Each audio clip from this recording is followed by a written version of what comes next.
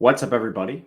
Matt Gajewski here, back again with the Stochastic channel. And today we're talking college football DFS ahead of week 10. Before we get started, make sure to hit that thumbs up button, subscribe to the channel, and hit the notification bell so you know when this and all other content goes live. We also have a very special deal for you over at Stochastic. We are combining our college football and college hoops packages with the hoop season starting on Monday. And with this, you are going to get projections for college football, college basketball.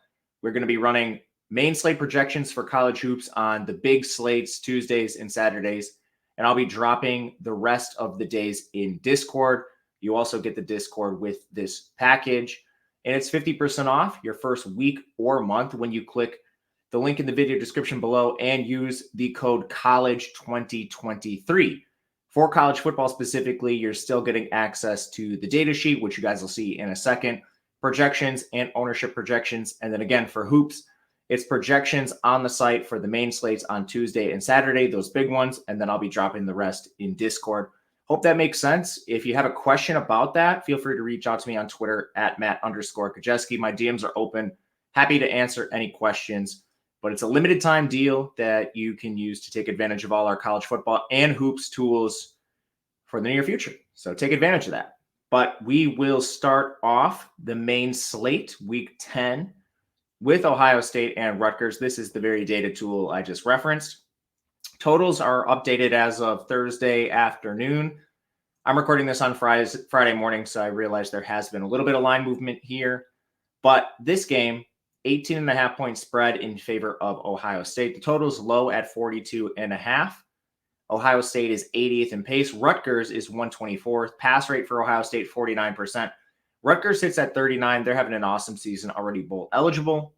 We'll start on the Ohio State side, where this is our main focus of the game. Kyle McCord, 7,600 on DraftKings. He's not the best signal caller, even for this price, because he doesn't run at all. -51 rushing yards. As far as passing goes, he's averaging 270 per game on 29.5 attempts. So he can 300-yard bonus really at any time. But as far as just overall price-adjusted projections, he's not going to be at the top of the list. He enters the conversation more as just a GPP play in your larger fields. The backfield, I think we can definitely target some Trevion Henderson. He comes in at a very cheap price tag. They've narrowed opportunity. Mayan Williams is out for the year. Chip Trayanum, only 5 carries in their last game. And for whatever reason, they just do not want to use Dallin Hayden.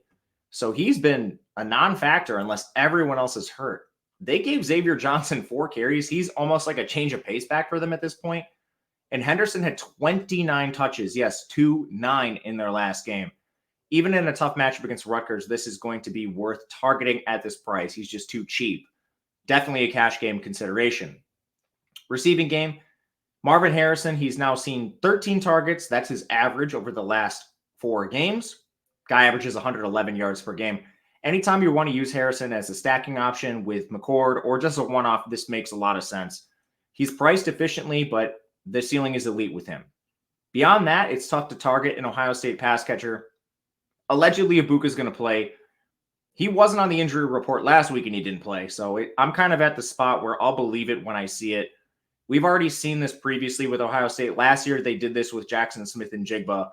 And I lost a lot of money trying to chase him when he was allegedly going to play and then he didn't. So I need to see an Emeka Ibuka game played before I even consider him in DFS. Beyond that, they've done some weird things with their rotation. They sort of benched Julian Fleming. His route rate fell to 50%. That came with Carnell Tate up at 65%. Tate only had 2 targets on that, but I mean, this could be a changing of the guard. And Fleming has long been, I don't know, a glue guy and underproducer for this team. Tate is their elite 5-star freshman, so I would love to see him get more opportunities. He's worth a dart in tournaments, but nothing more than that because I don't know guaranteed that he's going to see all the routes. If Ibuka does return, he's definitely going to be a victim. So this is just tournaments only. Johnson, again, he's playing a weird position, like no targets, but 4 carries. I'm not really trying to get to him. On the Rutgers side, really nothing worth targeting here. Wimsatt only has 22.5 attempts per game. He does run a lot, but by far the toughest matchup he'll face outside of maybe like a Michigan. But yeah, I guess Penn State too. But in these kind of matchups with the 12 team total, I don't want any Rutgers. Calling on guys, they're lead back, but there's other cheap guys we can get to. And then they rotate receivers enough where it's just, I'm probably going to X out Rutgers. And I don't think I even maybe need to. I don't imagine you'll get to a lot of Rutgers players to begin with. Kansas State, Texas.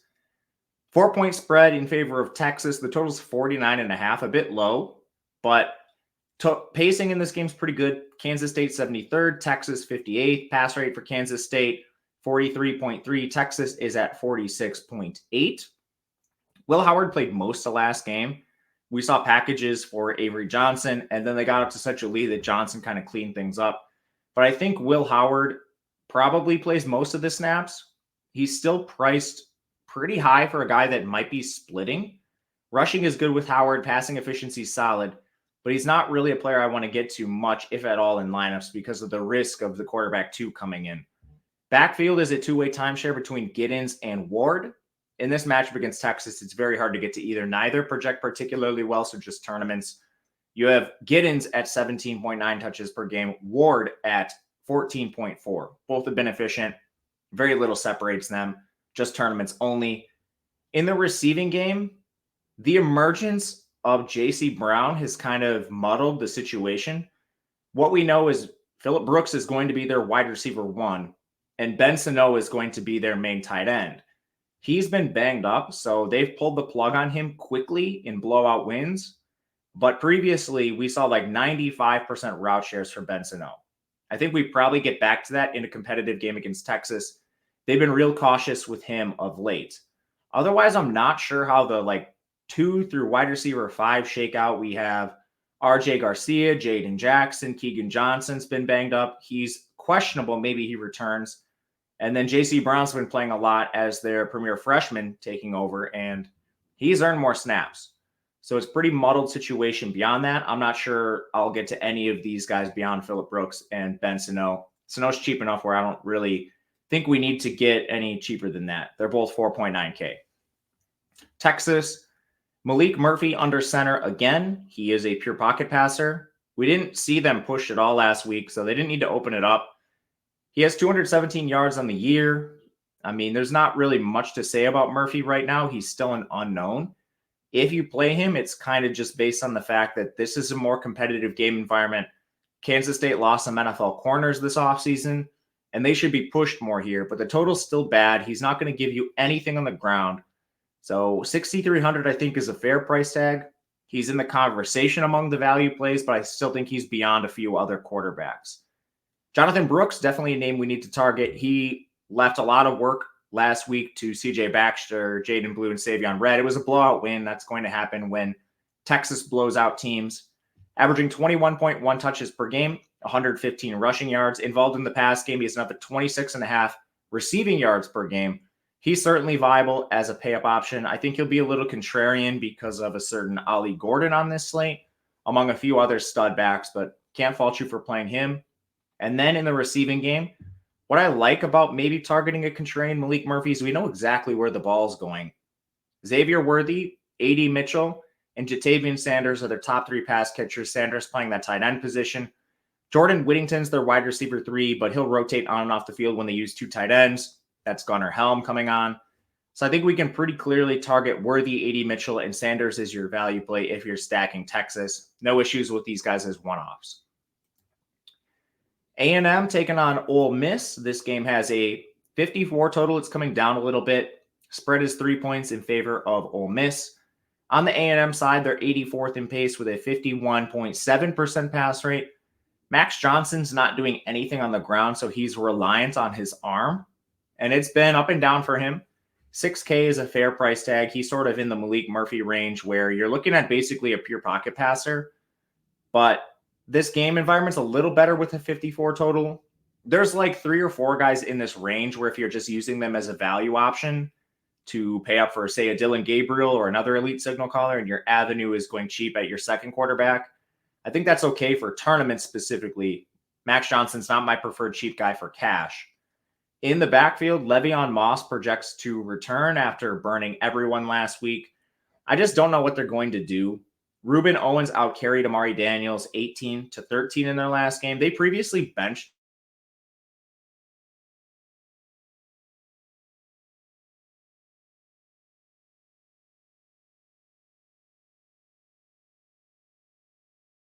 even have a touch in their second most recent game. Started freshman. I don't really have a lot of trust in the Texas A&M beat right now, so tough matchup too. I don't anticipate playing a lot of the A&M runners. I think there's other values we can get to. The receivers are very cheap. Starting with Evan Stewart, the guy has 23 targets over the last 2 games. He was injured prior to this, so the target counts of 3 and 5 you're seeing in the 4th and 3rd most recent games. He's now back to a full route share and clearly dominating targets. He projects as a very good value, as does Aeneas Smith at 5,100, 7 targets in the last game. He's just going to be their wide receiver 2 and more of like a gadget player for them. He occasionally gets carries. They're both in play. Noah Thomas is the 3, only 7 targets over the last 2 games. I think he's a pretty distant third. I'd be trying to get to Smith and Stewart if possible. Ole Miss, 13th in pace, 42% pass rate. Slight favorite here. They'll have to deal with the A&M pass rush. But Jackson Dart has been very good, and he's awesome for DFS. 326 rush yards on the year, so a very good floor. Then he's averaging 260 through the air on just 27 attempts. Efficiency's been there for Dart. Good stacking options. I think he's a solid contrarian option. Sort of parked in the middle between the cheap guys like Max Johnson and Murphy, and then the elite guys like Gabriel. So I don't think he's going to be like a cash play, but Dart is definitely somebody we can look to in tournaments. Same with Quinshon Judkins. Seeding a little more work than last year. They just have a healthy Ulysses Bentley right now, who's averaging basically 9 touches per game. Judkins comes in at 20, and it's been a little up and down for him. When you look at the box score, last game, 18 touches. Game prior, 21. Then he had 21 again. And prior to that, he had 34. So there's still a ceiling with Judkins, and you can always get there on efficiency too. Tougher matchup. A&M's D-line is really good. They're only allowing 2.8 yards per carry. Judkins a little expensive, and he's kind of just a tick below Brooks and Gordon and some of the elite backs. So I like finding my way up from Judkins if possible, but he's still in play. They narrowed receiver last game.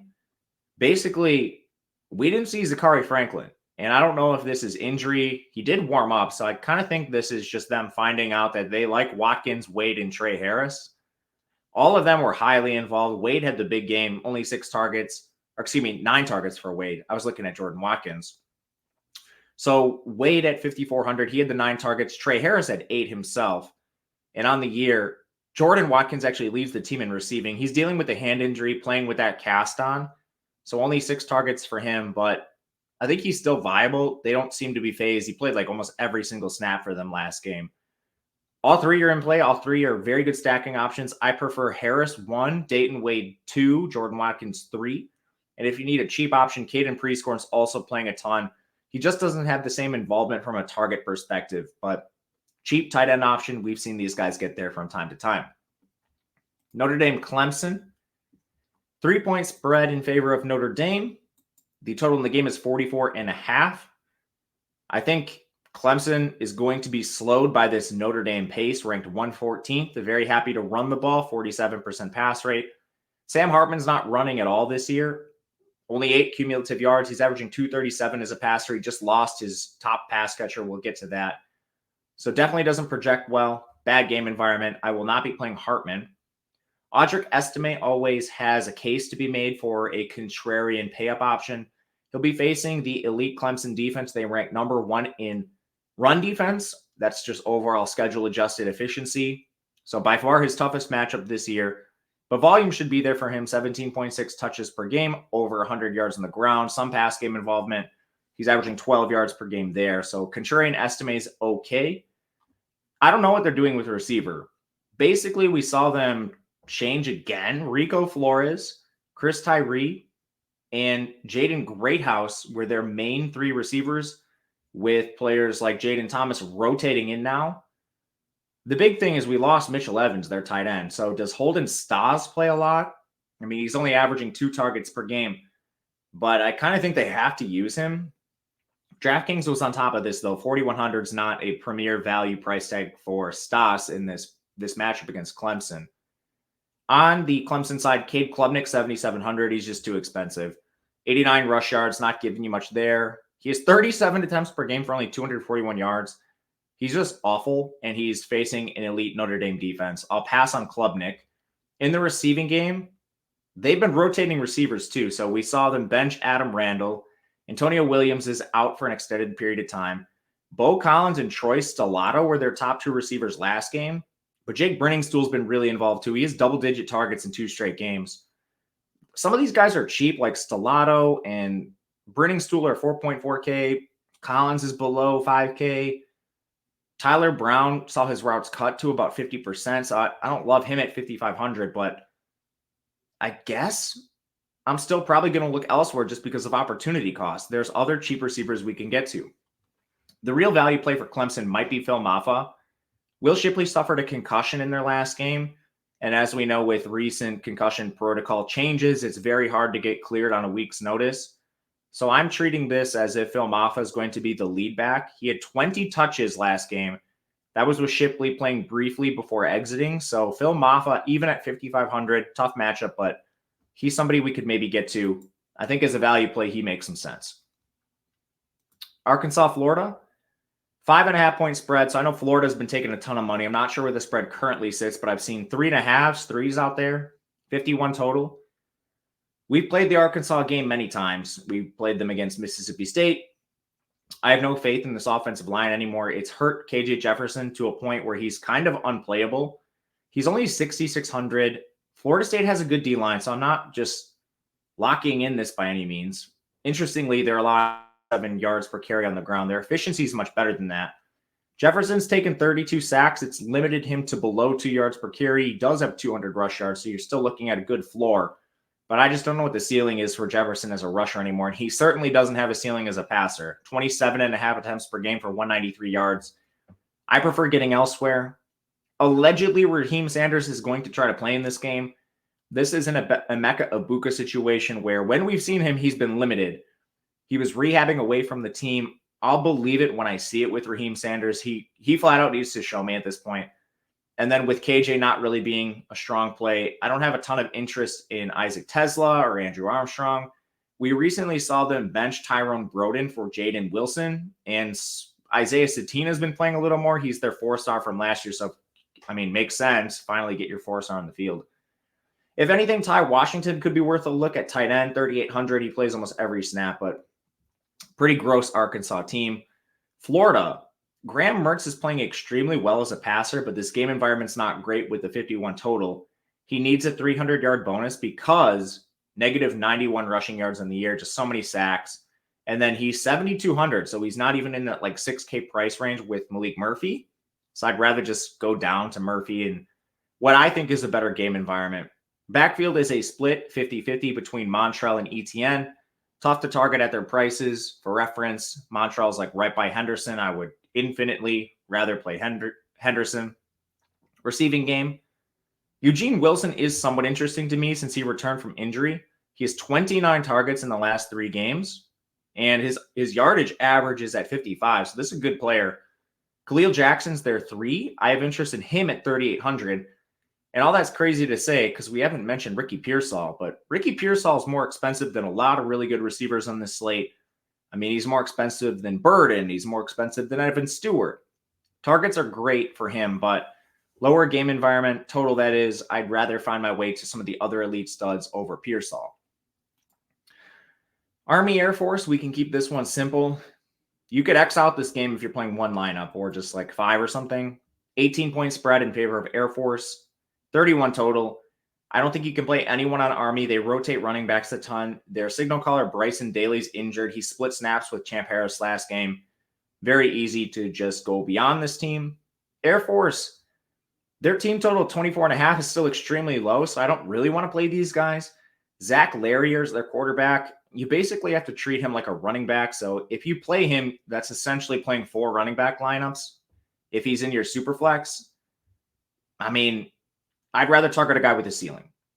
In the backfield, Emmanuel Michel does average 19.4 touches per game.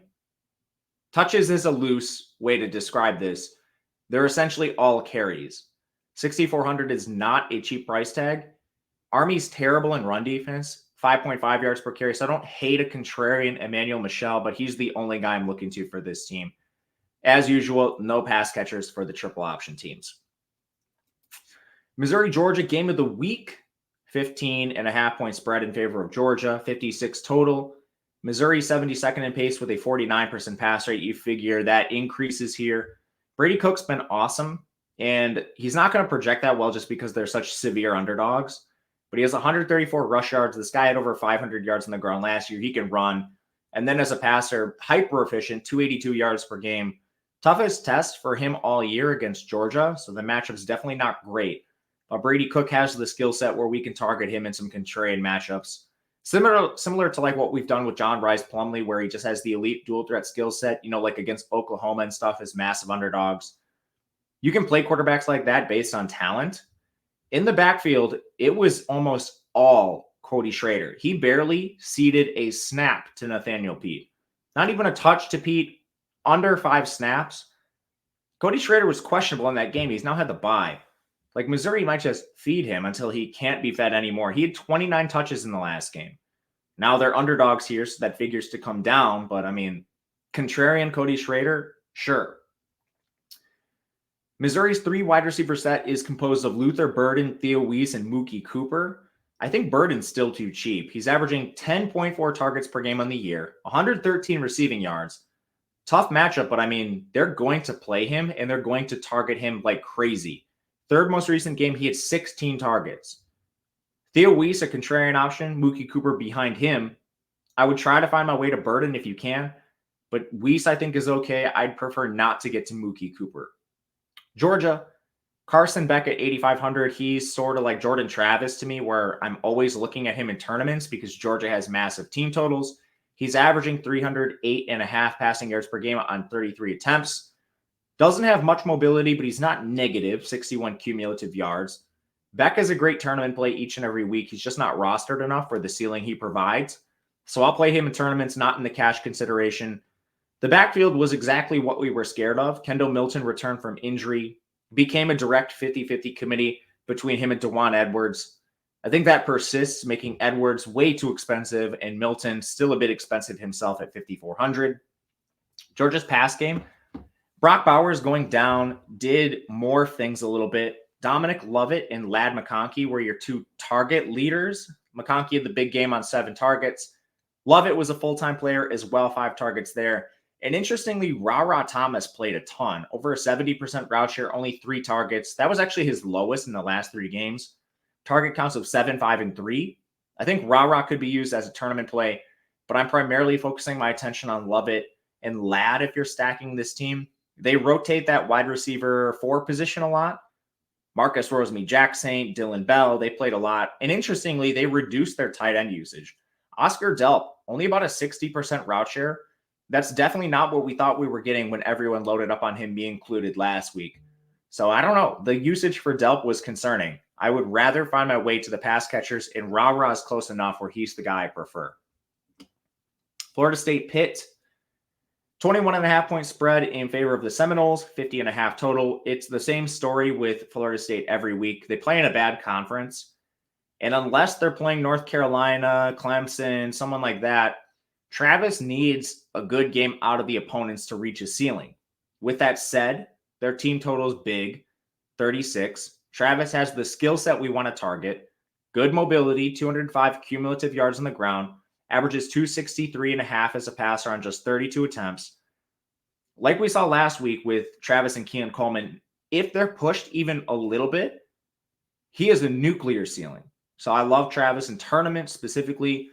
Pittsburgh could just get flat out blown out in this game as we saw them get blown out last week. If that happens, Travis is live to finish with like 15 DK points as Florida State just neuters their attack and focuses on Benson, Toafili, and Rodney Hill. But for tournaments, I'll still play him. Backfield is really tough to get to. Benson's more expensive than Trevion Henderson. He only averages 13 touches per game. I'll just pass. Receiving game. Keon Coleman's coming off an 11-target game. He has 11 targets in 2 of the last 3. Johnny Wilson being out definitely helped him. Those 11-target games, Wilson didn't play like hardly in either of the games. He projects to return, so I think you could use Wilson as a salary saver, especially on FanDuel. He's really cheap. and his ceiling is similar to Coleman's. Jaheim Bell's their electric tight end. 36 targets for him on the year. It's only 4.5 per game, but he also dealt with injury. He has at least 5 targets in 3 straight games, averaging 6.7 in that span. And then I don't look to wide receiver 3s for Florida State. They just rotate too much. On the Pitt side, I guess we're going to see Christian Velo again. He's just flat out one of the worst quarterbacks in the country. Doesn't run. Do not play him. He's the rebate play. He would need to be below the Stoneman to get into lineups. The Sebo Flemister 23 carry game was an aberration, went right back to the timeshare between him and Rodney Hammond. Can't play them against Florida State. And you probably can't play a receiver either, even though you see 7 targets for Bob Means, 8 for Kanata Mumfield, 10 for Dejon Reynolds. What's the opportunity cost? There's good players in this range. We'll talk about them. We haven't hit on a game like that yet, but other value receivers I'd much rather get to over these guys. Oklahoma State. The total in this game is 61. It's moving to 62 in some spots. 6-point spread in favor of Oklahoma. That's remained pretty constant. Up and down game here. Oklahoma 18th in pace. Oklahoma State 40th. So we have a lot of pace here. Dylan Gabriel is in cash. Play him there. He is one of the best skill sets in the country. And for DFS, he rivals Drake May and some of these other elite signal callers. I mean, I don't know if you could price him expensive enough. FanDuel did a better job of this than DraftKings. 294 yards for him. And I mean, the designed rush attempts are insane. Last 4 games, designed attempts only. 6, 9, 6, 10. Just the floor with Gabriel is so good with this rushing. And then he's averaging 287.3 through the air and 31.5 attempts. Play him in cash. The backfield, I'm not playing until we get word. It's the same thing with Oklahoma every single week. It's all right. We need to see pregame who's warming up because seemingly every single week somebody misses. Most of the year it's been Javonte Barnes. Second most recent game, Tawi Walker was suspended. Last week, Marcus Major was a surprise late scratch. Tawi Walker got hurt in their last game, so this contest is most likely to be him. But, I mean, when it's all 4, you can't play anybody. When some of them get hurt, you might be able to look at this. But, yeah, as usual, late news situation for the Oklahoma RBs. Look who's healthy. If it's reduced to like 2 guys, maybe you could throw a dart. We just don't have the info right now. Receiving game is pretty consolidated with Angel Anthony being hurt. Drake Stoops, Jaleel Farouk, and Nick Anderson. Many of you played Nick Anderson last week. He had the 1-target game. Just an epic disaster. What I'll tell you is he ran around on 88% of the dropbacks. So call it run bad. I don't know. It's just one of the, I mean, I hope he's training for his marathon because that was some really good cardio for Nick Anderson last week. But I mean, he's still out there every single snap. You could get back to him in contrarian builds. I now believe Drake Stoops and Jaleel Farouk are just far safer at slightly more expensive price tags. None of them are above 6K.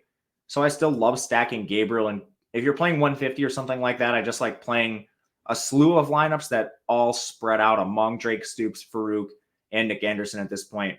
I'm not going to play Stogner. We just have a huge sample of him not doing anything, even though he plays a good amount. Oklahoma State, good pacing, good team totals and underdog.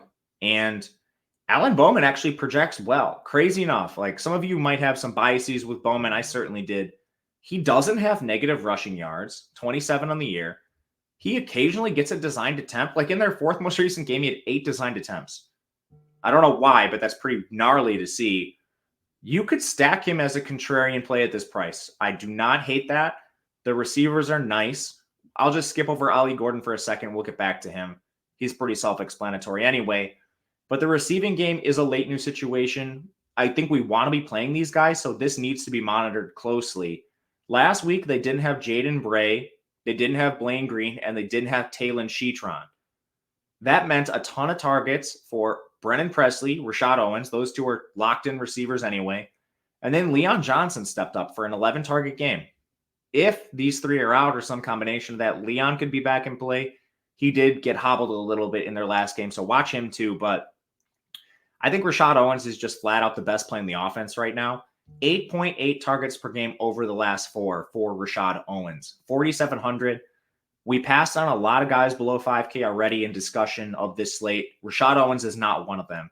In this elite game environment, I'll be playing him. Ollie Gordon, what is there to say? The guy has touch counts of 22, 36, 30, and 29 over the last 4 games. Efficiency is there. Pass game work is there. I think Ollie Gordon's in your cash lineup. You just find a way to make it work. Penn State, Maryland, 8.5 point spread coming down. We saw this open above 10. Totals 51, so not great. Both teams actually are relatively fast. Penn State 63rd, Maryland 44th. Drew Aller, he's like Big Ten Cade Klubnik. I don't know if they're just not asking him to do a lot or what, but 61 rush yards, 206 passing yards per game on 32 attempts is atrocious. And they'll happily neuter their offense when they're up in games. We've seen Ben Pribula play a lot, especially as a rusher gadget guy. Not playing Drew Aller. Same stuff with Nick Singleton and Katron Allen every single week. Contrarian plays in the timeshare. It's tough to get to them in like cash or something, but the ceiling's there, as we've seen with like Michigan backs, Clemson backs, Wisconsin backs. When these guys have high implied team totals, we want to throw some darts. It's only 29.75 here, so it's not as high as we've seen with previous Penn State teams. But Nicholas Singleton's coming off a 15 carry game. Allen's coming off an 18 carry game. Tournaments, I don't hate it. Receiving game, they've had a lot of injuries. Keandre Lambert-Smith does average 9.5 targets per game over the last 4. Still only 69 receiving yards per game, so a bit expensive, but could be a contrarian piece. They lost Harrison Wallace in their last game. They haven't been playing Liam Clifford. That's meant we've seen a lot of Malik McClain and Dante Cephas. I still think this is risky. They will use a ton of 2 tight end sets between Theo Johnson and Tyler Warren. So I don't love these one-offs, but for tournaments, if you played like a cheap Dante Cephas, it's not the craziest thing on this slate. Tagovailoa, he's very expensive. It's his toughest matchup of the year so far. I mean, Michigan and Ohio State are going to be very tough too, so I hesitate to say that. Regardless, it's not going to be a good matchup for Tagovailoa. Low total, tough secondary to throw into. He doesn't run. He needs a 300-yard bonus. The efficiency has been down for him, 276 yards per game on 37 attempts. He's too expensive for me. I'd rather play some of the other guys we already talked about. Backfield committee, not playing it against Penn State. And then in the receiving game, if you do go to a contrarian stack, we've seen this receiver room rotate. Well, they did rotate earlier in the year. They've condensed of late. It's Ty Felton, Jay Sean Jones, Caden Prather, and Corey Dykes as their tight end. That's basically where all the work is going. So if you want to throw a dart on a cheap guy like Dykes getting 10 targets at 3,900, there is some opportunity cost, but I mean, that's a lot of volume for a guy below 4K. Virginia Tech, Louisville, 9.5 point spread in favor of Louisville, 48.5 total. Slower game. Kyron Drones continues to get it done on his legs. The guy's 400 cumulative yards. He only averages 154 as a passer. But yeah, pretty decent game environment. I mean, the floor is just so good with the rushing that Drones, I think, is probably your preferred option if you're doing the stars and scrubs with like Gabriel and then a cheap QB. It's him or Bowman. There's a couple guys you could play, but Drones is firmly in the conversation. He always projects well on the rushing floor he provides. Bashal Tootin is questionable. I think he's going to play here. He was practicing in a limited fashion. It's like a 70-30 split, him over Malachi Thomas. So just want to mention him. Not going to be like a preferred play or anything, but in play at the very least. Daquan Felton, Jalen Lane, and Steven Gosnell are your top 3 receivers. I like running Drones naked, so I'm probably not going to play any of these receivers, but that's who you need to know if you decide to go for a stack. Louisville, Plummer doesn't run much, but he is in the positives, 21 yards on the ground, averages 252 through the air. He's another cheap guy I like getting to. So this 6K range, as we get lower in the slate, or I guess further in the slate, the afternoon games, I'd rather play like a Drones or a Plummer than some of the other cheap guys we talked about. I also like Bowman for reference. So I don't hate stacking Plummer. And then the run game, Jawar Jordan returned, just came back to a monster workload fresh off a hamstring injury, 21 carries, over 100 yards. He's averaging 103 per game this year. So Jawar is an excellent option. The receiving game, Jamari Thrash continues to just ball out, 88.5 yards per game on 8.6 targets. He's now seen target counts of 9, 20, and 9 in the last 3 games. And they barely threw last week, so nobody else had more than 3 targets, which is nuts. It's just Jamari Thrash or pass in the receiving game. And to close out the DraftKings main slate, we will continue with our top fives at each position, followed by FanDuel. So make sure you stick around if you're playing those slates. But we close things out with a rare G5 appearance in the main slate. I know we already hit Army and Air Force, but James Madison, Georgia State, typically not a main slate staple, Sunbelt action. 5.5 point spread in favor of James Madison, 54 total. Interesting game, and one I think that has some viability. McLeod at 8,100 is a bit expensive. He averages 249 yards per game through the air. He does have rushing, 210 cumulative yards. The backfield, we saw it kind of switch a little bit. Tyson Lawton out-carried Kalen Black 13-10, but Black was still active in the pass game, 2 targets. His route rate was solid. It's a committee. Black's going to project well. They're just favored in a spot against Georgia State, where, I mean, his workload should be decent. I'd rather play like Phil Maffa if Will Shipley doesn't play, for reference, but Kalen Black's in the conversation. These receivers are too cheap. Reggie Brown, Elijah Surratt, and Phoenix Sproles, those are their locked-in 3 receivers with Zach Horton playing tight end. You can get to any of these guys, and the Georgia State pass defense is woefully bad. Woefully bad. So I want to play some of these James Madison receivers. I like Surratt. I think if I'm ranking the 2 guys below 5K that I like most, it's Surratt and Rashad Owens. They'll probably make appearances in the top 5 receivers at the end of this discussion. On the other side, Darren Granger, I think, is very interesting. Elite mobility. He has 448 cumulative rush yards, averages 223.5 as a passer. James Madison's been phenomenal on defense, but we've seen them slip up at spots, and it hasn't cost them a game yet, but they barely beat Old Dominion last week. I don't think this defense is invincible. They are much better against the run, which is scary against Georgia State. They allowed some production to Old Dominion last week, but I mean, teams that pass have more success against James Madison.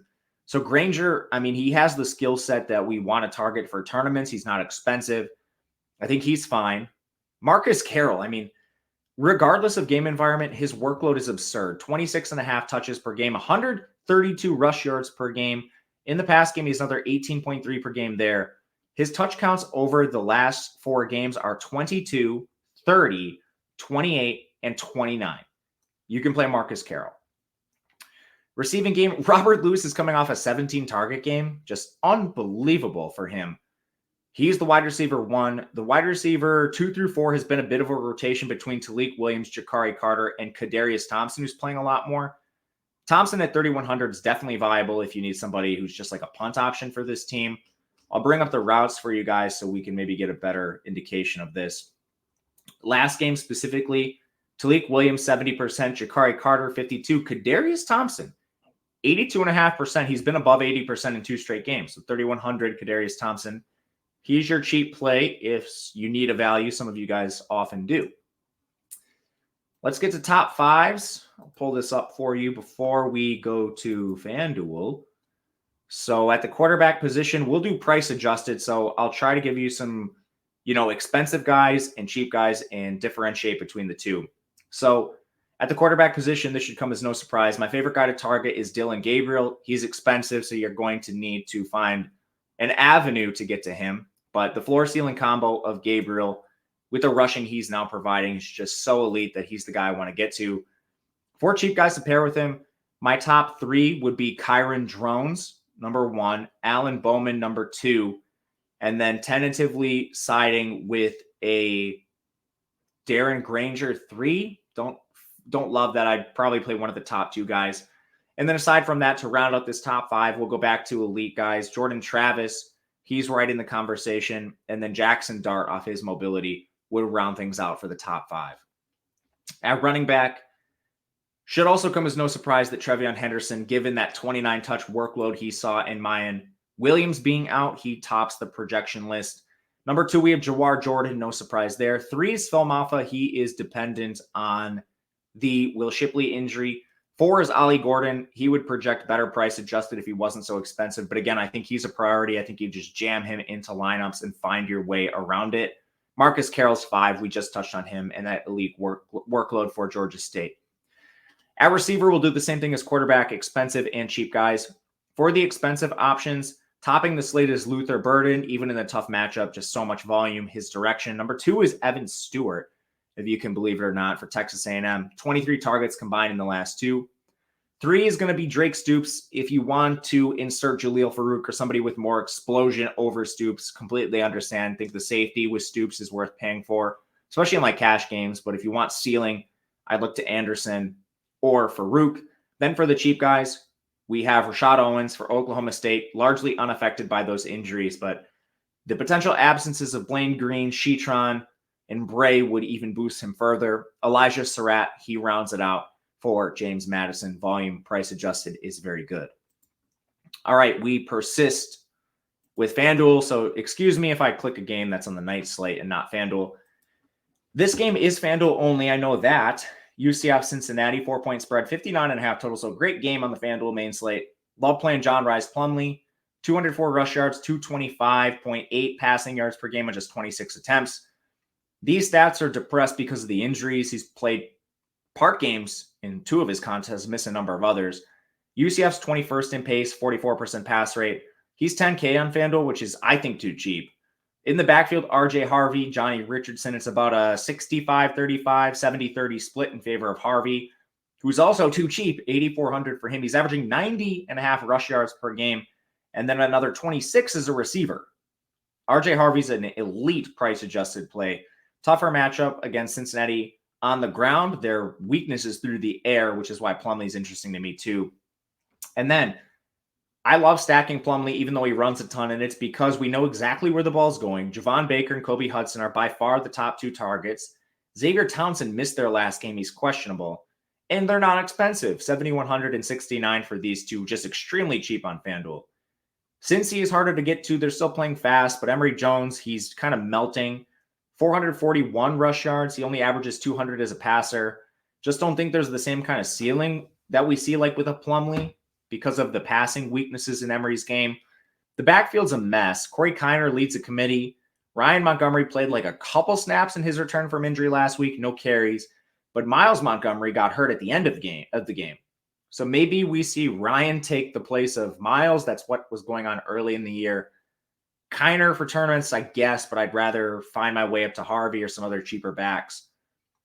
Emory hasn't been great, but Xavier Henderson does get a ton of targets, 8.3 per game.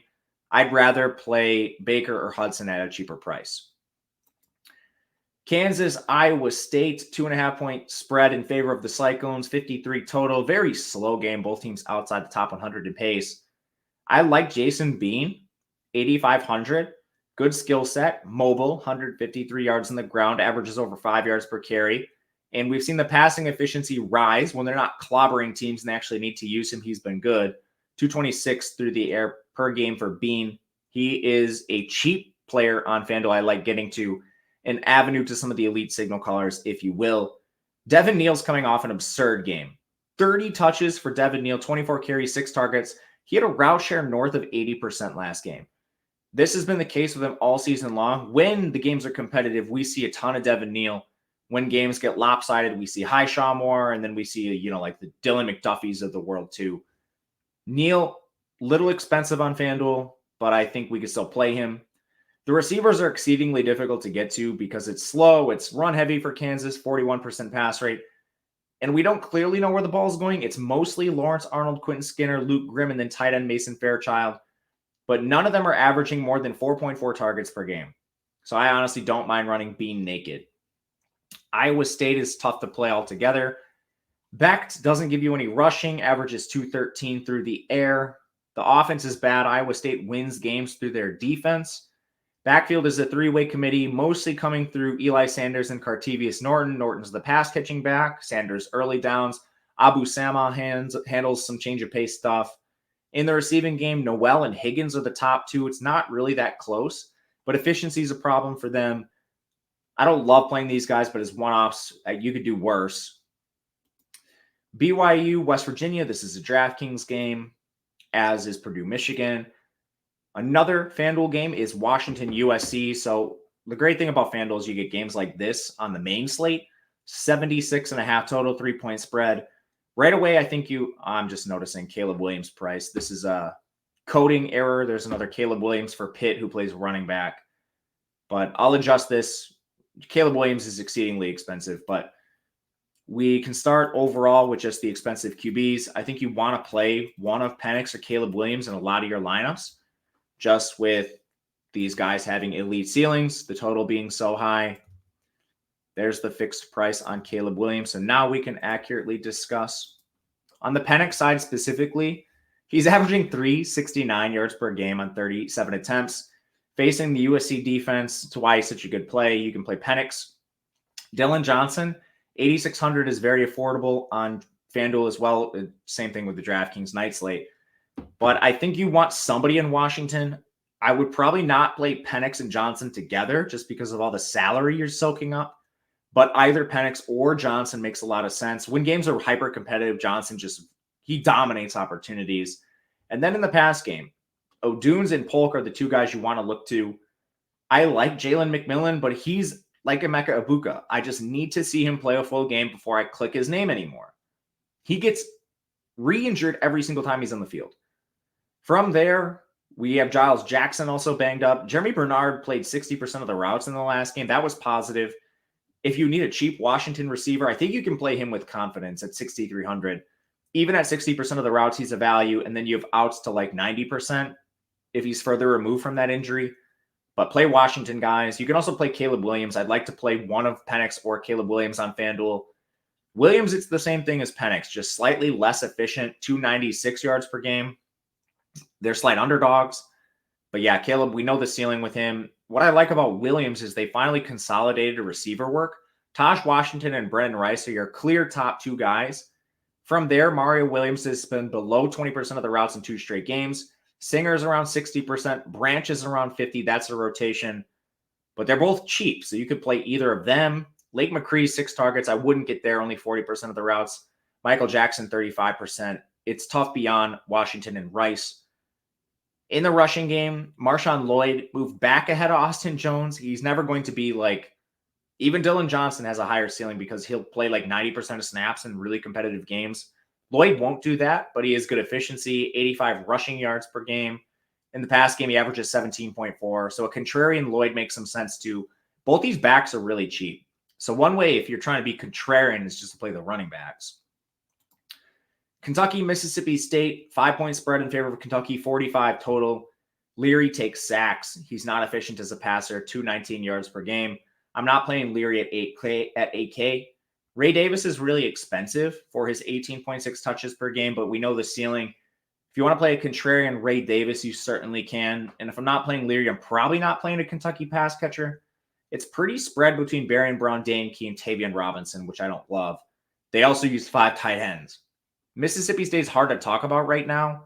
We just don't know who's playing quarterback for them. With Mike Wright under center, the offense changes completely. He is the polar opposite skill set of Rodgers. Neither are expensive, but neither are good plays. The team total is only 20 here. The backfield, Joe Marks is questionable. They went full committee without him, including Mike Wright playing a ton in that area. He led the team in carries, but Seth Davis and Pittman split. Receivers could be interesting, like Xavier Thomas, 12 targets at 5,100. Justin Robinson, 6 at 5K. Leidich Griffin is far more price adjusted. Those are your top 3, and they did consolidate routes. They basically all played every single snap. So Thomas, if you need like a pure punt option, Robinson, don't hate that. LSU, Bama, 3-point spread in favor of Bama, 61.5 total. Jaden Daniels is a bit expensive for this game environment, 61.5, but the ceiling's amazing with Daniels. I think I should just lump him in with Caleb Williams and Penix. I think you want one elite QB and then punt at another one. I like Bean for that, but not really much to say about Daniels. Averaging 321 as a passer, 521 cumulative yards on the ground. When games are tight, they use Diggs, and I like that they finally consolidated touch counts in 3 games prior to facing Army, 22, 24, and 18. That's very good for Diggs. And then in the pass game, stacking Daniels is extremely easy. It's not cheap, but we know Neighbors and Thomas are getting all of the looks. Kyron Lacey would be a cheap wide receiver 3, along with tight end Mason Taylor. Bama, still no designed attempts for Milroe. He's been below 5 designed rushing attempts in 4 straight games. Averages 231 as a passer. But the LSU secondary is so bad that I don't hate playing a contrarian Milroe. Unfortunately, he's just really expensive. To me, find the salary for Daniels, Caleb Williams, I mean, Penix, you name the expensive guy at the top. Interestingly, Jace McClellan had a 27 carry game last time out. I mean, if he sees 27 carries, you're going to want to play him at 7,400.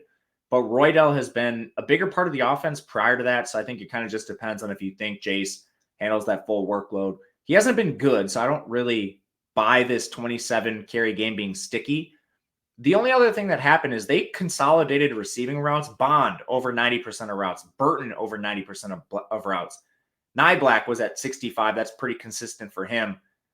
You can play Burton and Bond now. The targets still aren't amazing. That's just because Bama's not really a pass-based team, 41% pass rate. But if LSU pushes them, or, I mean, what if LSU gets up in this game and Bama has to throw? You know exactly where it's going. It's Bond and it's Burton. DraftKings game, and then the rest is late night. So that'll do it for us. That's the full slate.